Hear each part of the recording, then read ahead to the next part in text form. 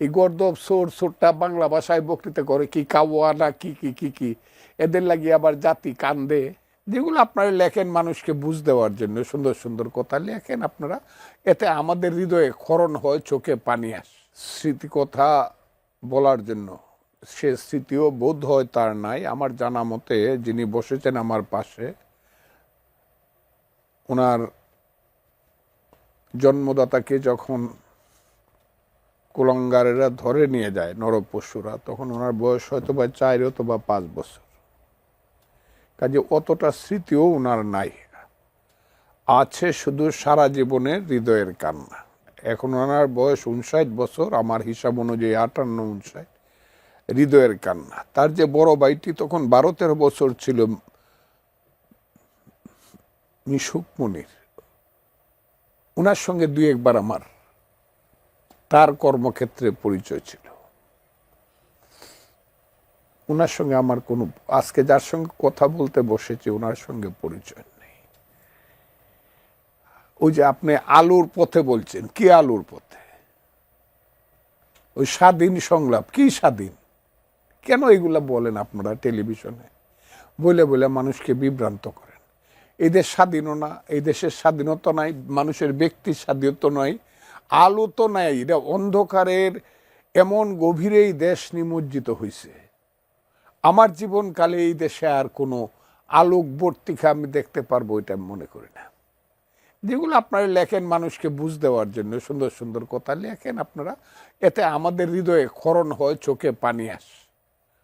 এই দেশে কোনো আলো নাই, দেশটা শেষ হয়ে গেছে।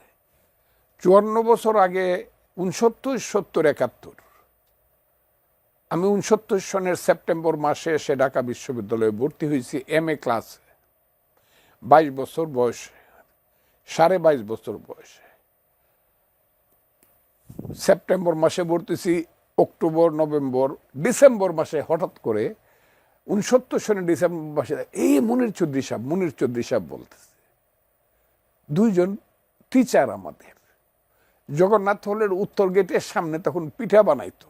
ঢাকাতে এত পিঠার দোকান ছিল না। আমি দেখলাম ওনারা 2 বন্ধু দাঁড়ায়া দাঁড়ায়া পিঠা খাইতেছে। স্যারকে দেখলাম, মনির চৌধুরী স্যার, আর সম্ভবত 2 জনই পৃথিবীতে নেই, তার নাম বোধ হয় গিয়াসউদ্দিন সাহেব। এই 2 জন দাঁড়ায়, 2 জনই শহীদ, পিঠা খাইতেছে, চিতই পিঠা সকালবেলা। আমার শরীর একটা ঝাড়া মারলো, কারণ আমি ওনাকে ওইভাবে চিনতাম না। তার একটা বই পড়ে আমি চিনলাম তাকে। বইটার নাম হলো রক্তাক্ত প্রান্তর। এই বইটা যারা না পড়ছে তাদের শিক্ষা জীবনে নিশ্চয়ই সবাই পড়ছে। আমার এই বইটা আমি উপলব্ধি দিয়েই পড়েছি। এই বইয়ের কতগুলো ক্যারেক্টার, বিশেষ করে ইব্রাহিম কার্দির ক্যারেক্টার। যাও, মনির চৌধুরী সাহেবের প্রতি আমার শ্রদ্ধা, অসীম শ্রদ্ধা, শুধু এই কারণে না, উনি ওই যে জেল খাটতে শুরু করছে, বাম রাজনীতি, প্রগতিশীল রাজনীতি, যখন এই দেশে নারায়ে তকবীর আল্লাহু আকবার, লড়কে লেঙ্গে পাকিস্তান, ছিনকে লেঙ্গে পাকিস্তান, হাত মে বিড়ি মুখ মে পান, ছিনকে লেঙ্গে পাকিস্তান স্লোগানে যখন মুখরিত, তখন তারা ভাই বোন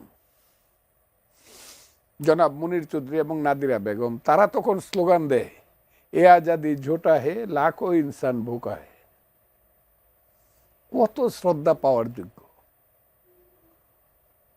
MN রায়ের শিষ্য তারা, মানবেন্দ্রনাথ MN রায়ের কথা বলে, আমাদের সন্দীপের সেই কাকা মুজাফফর, কমরেড মুজাফফরের কথা বলে তারা বিরোধী রাজনীতি করে জেলে জেলে যাচ্ছে, আসছে, আবার জেলে যাচ্ছে।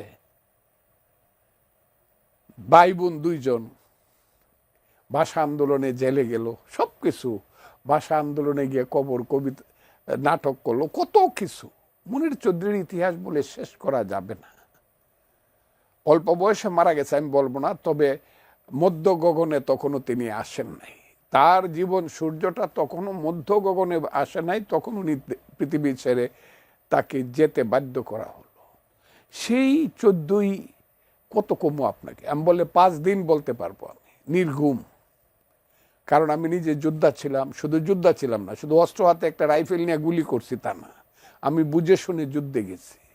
আমি বাঙালি জাতির ইতিহাস, তার ঐতিহ্য, তার সংস্কৃতি, পদ্মা মেঘনা যমুনার পারে পারে যে বাঙালি জাতির 10,000 বছরের ইতিহাস বুঝে শুনে আমি রাজনীতি করছি।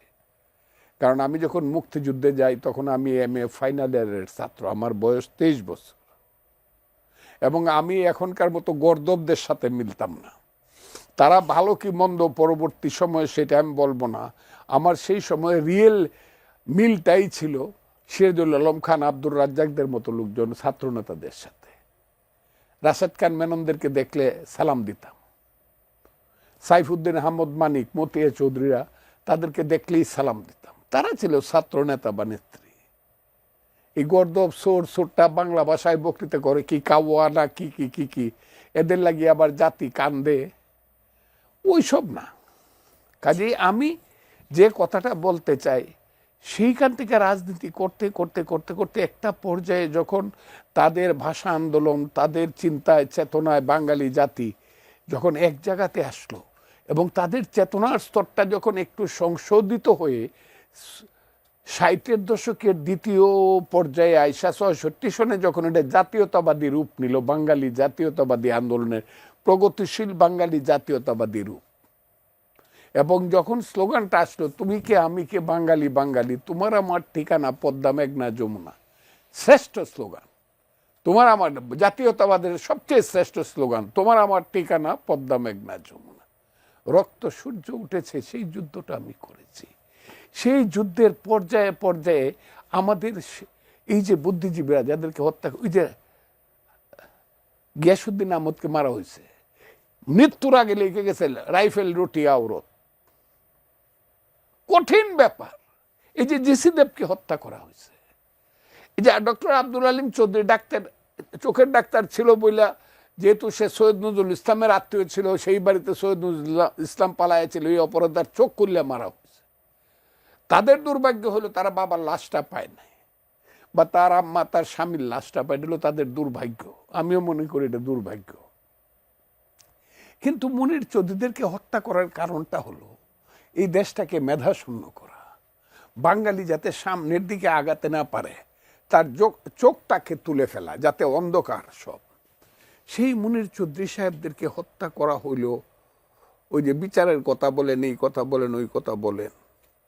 আমি বলবো এখানে কিছুটা গাফিলতি আছে, 72 থেকে 75-এর সরকারের কিছুটা গাফিলতি আছে, কিন্তু ইচ্ছার কোনো ত্রুটি ছিল না।